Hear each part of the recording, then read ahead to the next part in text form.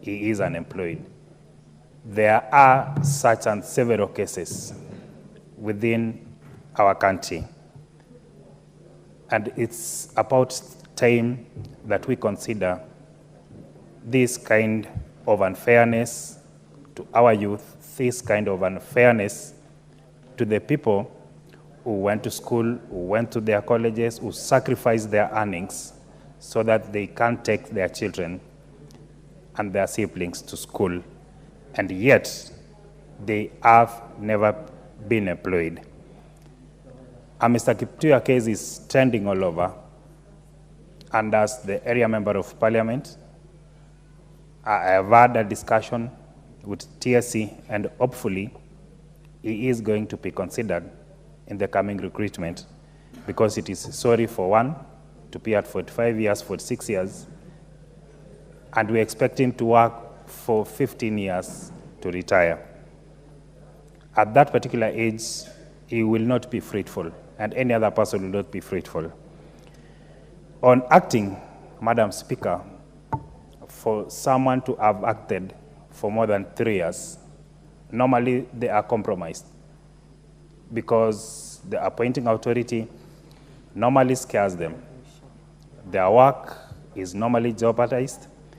And Madam Speaker, it is necessary that we now have it at a maximum of 12 months, after which the authorities should be able to advertise for the positions and correctly fill them, so that we have persons who are substantial in those particular positions who can be able to deliver without fearing anyone.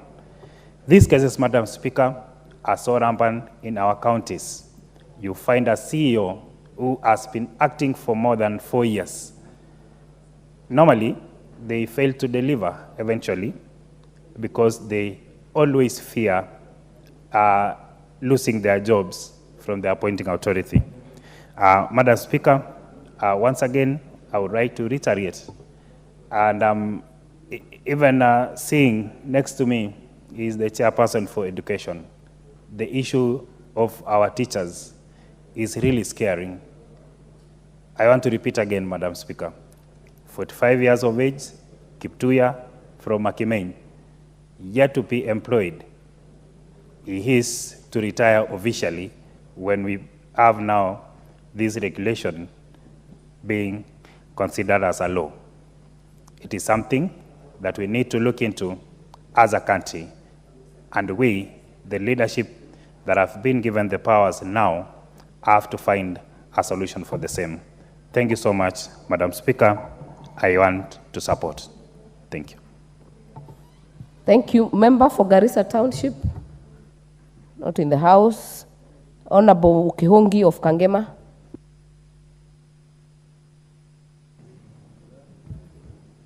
Okay, thank you, Madam Speaker. I want to support the report from the committee. Madam Speaker, and the bill by Honorable Gadiro. Madam Speaker, I just support the 2 points whereby the issue of retirement age, I think it has been misused a lot, whereby that aspect whereby that says that a person can get an extension after 60 years due to expertise.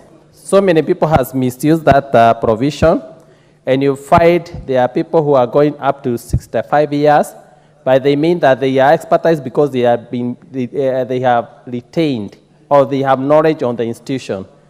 But one thing that the CEOs or the leaders who are in the institution should do is that they should always prepare for succession.